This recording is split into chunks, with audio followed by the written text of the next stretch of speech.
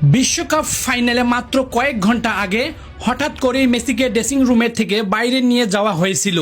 Social media ভাইরালে দাবির পিছনে কি সত্যি কোনো রহস্য লুকিয়ে আছে, নাকি পুরো ঘটনাটাই একটি সাজানো গল্প ছিল? আজকের এই প্রতিবেদনে এমন কিছু তথ্য এসেছে ফাইনাল ঘিরে, যা দেখে আপনিও আজ অবাক হতে বাধ্য হবেন দর্শক। তো দেরি না করে ভিডিওটি শুরু করা যাক। বিশ্বকাপ ফাইনালের কয়েক ঘন্টা আগে হঠাৎ করেই সামাজিক যোগাযোগ মাধ্যমে ছড়িয়ে পড়ে একটি বিস্ফোরক দাবিটি ছিল এমন: লিওনেল মেসিকে নাকি ড্রেসিং রুম থেকে বাইরে নিয়ে একটি আলাদা কক্ষে রাখা হয়েছিল।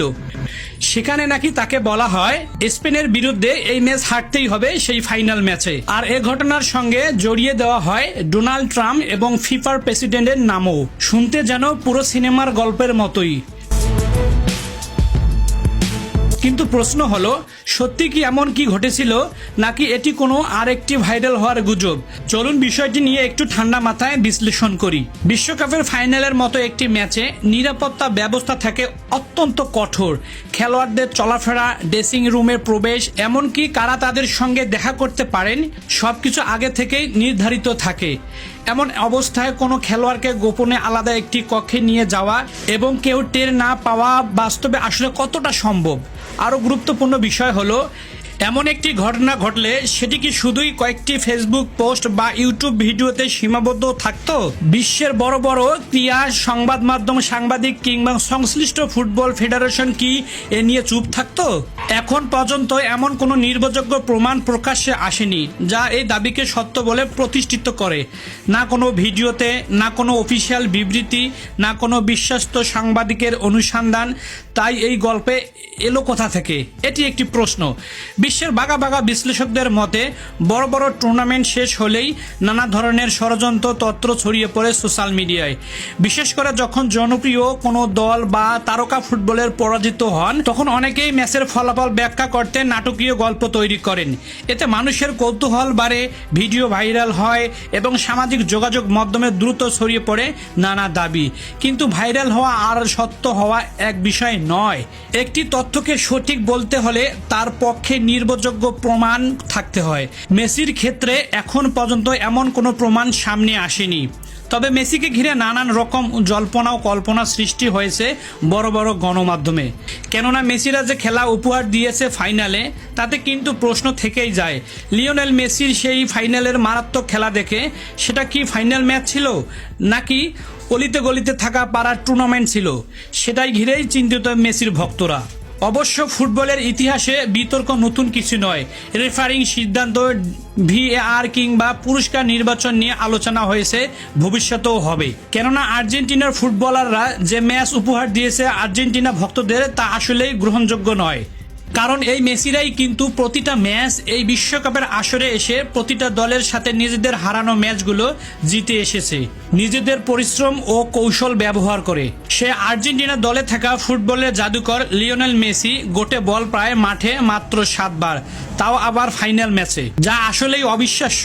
তাই তো অনেকেই বলছে খেলার মাঠে নাকি বড় বড় যন্ত্র রাখা হয়েছিল মেসিদের দিকে তাক করে, যা আসলে এখনো সত্য বলে গণ্য হয়নি। তবে প্রশ্ন কিন্তু থেকেই যায়, সেটা কিন্তু আবার সত্যিও হতে পারে। সব গুজব কিন্তু দর্শক গুজব নয়। আর্জেন্টিনা বিশ্বকাপের ফাইনালে ইচ্ছাকৃত হেরেছে। তাদের নাকি নির্দেশ দেওয়া ছিল যে তোমরা যদি ভালো খেলো তাহলে তোমাদের গুলি চালানো হবে। ওই স্টেডিয়ামের ছাদে স্নাইপার রাখা আছে, সেটা দিয়ে তোমাদের টার্গেট করা হচ্ছে। একটু যদি ভালো খেলো, একটু যদি গোল দেওয়ার চেষ্টা করো, ব্যাস। কিছু কিছু গুজব শেষে এসে বাস্তবে রূপান্তরিত হয়। তাই তো আপনাদের আরও একটি কথা আজ মনে করে দিতে চাই। সেটি হলো, দর্শক, বিশ্বকাপ শেষ, ট্রফি উঠেছে স্পেনের হাতে, কিন্তু ফুটবল বিশ্বে এখনো থামেনি একটি প্রশ্ন: গোল্ডেন বল কি সত্যি যোগ্য মানুষের হাতে গিয়েছে? ফাইনালে আর্জেন্টিনার স্বপ্ন ভঙ্গ হয়েছে স্পেনের কাছে, কিন্তু হারের মধ্যেও পুরো টুর্নামেন্ট জুড়ে যেন একাই দলকে টেনে নিয়ে গেছেন লিওনেল মেসি। নিজে গোল করেছেন, গোল করিয়েছেন, নেতৃত্ব দিয়েছেন, দলকে পৌঁছে দিয়েছেন ফাইনাল পর্যন্ত। সবাই ধরে নিয়েছিল গোল্ডেন বল এবার মেসিরাই পাবে। কিন্তু ফুটবল সবসময় প্রত্যাশার মতো চলে না। সবাইকে চমকে দিয়ে সেরা খেলোয়াড়ের পুরস্কার উঠল স্পেনের অধিনায়ক রদ্রির হাতে। আর এখান থেকেই শুরু হলো ফুটবল প্রেমীদের মনে নানান প্রশ্ন। এই তর্কে নীরব থাকেননি ফুটবলার এবং কিংবদন্তি জুলতান ইব্রাহিমোভিচ। তিনি সরাসরি প্রশ্ন তুলেছেন ফিফার সিদ্ধান্ত নিয়ে।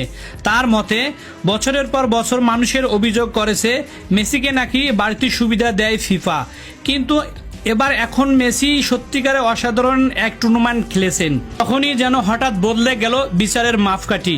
পুরো বিশ্বকাপে মেসি শুধু গোল করেননি, খেলার মাঠে নিজে গোল করা, মেসি আক্রমণ করেছেন, সতীর্থদের দিয়ে গোল করিয়েছেন, কঠিন মুহূর্তে দলের নেতৃত্ব দিয়েছেন এবং আর্জেন্টিনাকে ফাইনাল পর্যন্ত পৌঁছে দেওয়ার পথে গুরুত্বপূর্ণ ভূমিকা রেখেছেন এই লিওনেল মেসি। তাই অনেক ফুটবল প্রেমী বিশ্বাস করেছিলেন ব্যক্তিগত পারফরমেন্স পুরস্কার হিসেবে গোল্ডেন বল আবারও মেসির হাতেই উঠবে। কিন্তু শেষ পর্যন্ত সেই পুরস্কার যায় স্পেনের অধিনায়ক রদ্রির হাতে। আর এখানে থেকে শুরু হয় বিতর্ক। তার দাবি স্পষ্ট, সেরা খেলোয়াড়দের পুরস্কার জনপ্রিয়তার বিষয় নয়, রাজনীতিও বিষয় নয়। এটা হওয়া উচিত টুর্নামেন্টের সবচেয়ে বেশি প্রভাব রাখা খেলোয়াড়ের স্মৃতিতে। আর তার প্রশ্ন, রদ্রি যদি সেই পুরস্কার পেতে পারেন, সেখানে ম্যাচের ফলাফল তার প্রভাব ছিল সীমিত, তাহলে মেসি কি দোষ ছিল? ইব্রাহিমোভিচ মনে করিয়ে দেন 2022 কাতার বিশ্বকাপের কথা, যেখানে গোল্ডেন বল উঠেছিল মেসির হাতে। আর এবার যখন তিনি গোল্ডেন বল পাওয়া হয়তো আরো বেশি প্রাপ্য ছিলেন, তখনই ফিরতে হলো খালি হাতে মেসিকে। এটা ফিফার নতুন কারসাজি, যা অবাক করেছে ফুটবল প্রেমীদের মাঝে। অবশ্যই এই বিতর্কের অন্য একটি দিকও আছে। সমালোচকরা বলছেন পুরস্কার নির্ধারণের শুধু ব্যক্তিগত পারফরমেন্স নয়, বিবেচনায় আসে দলের সামগ্রিক ফলাফল, ধারাবাহিকতা আর পরিসংখ্যানও। আর সেই হিসেবে রদ্রির নাম উঠে আসা অযৌক্তিক নয় বলে মনে করেন অনেকে। কিন্তু ফুটবল প্রেমীরা সেটা মানতে পারছে না। তাহলে এই সত্যিটা কি? মেসি কি সত্যিই বঞ্চিত হলেন, নাকি ফুটবল বিশ্ব শুধু একজন কিংবদন্তির প্রতি আবেগ থেকেই এই প্রশ্ন তুলছে?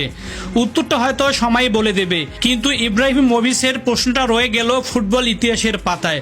সত্যিকারের সেরা খেলোয়াড়রা তাহলে কে ঠিক করে? নিজের ভালো পারফরমেন্স নাকি ফিফার মতো কোনো প্রতিষ্ঠান? দর্শক, মেসি প্রতিটা ম্যাচ ভালো খেলেছেন, তাই এই গোল্ডেন বল আসলে তারই প্রাপ্য ছিল। এ বিষয়ে জানিয়ে দিন আপনাদের মহামূল্যবান মতামত কমেন্ট করে। আর শেষে বলে যেতে চাই, এই মেসিদের সাথে কি সত্যি অবিচার করেছে ফিফার মতো প্রতিষ্ঠান এই ফাইনাল ম্যাচ ঘিরে? তাই ফুটবল প্রেমীদের দাবি এই ম্যাচ পুনরায় আবার হোক। কেননা আর্জেন্টিনা দলের সাথে সেদিন আসলেই ড্রেসিং রুমে কিংবা বাইরে কিছু একটা ঘটেছে, যা আসলেই সবারই এখনো অজানা। কারণ ফুটবলের আবেগ যতই বড় হোক না কেন, সত্য তার চেয়েও বড়। দর্শক, আপনাদের কি মনে হয় এই আর্জেন্টিনাকে সেদিন কিছু একটা করা হয়েছে, আবারও এই পুনরায় বিশ্বকাপ ফাইনাল অনুষ্ঠিত হওয়া কি আসলেই যৌক্তিক কিনা? জানিয়ে দিন আপনাদের মূল্যবান মতামত আমাদেরকে কমেন্ট করে।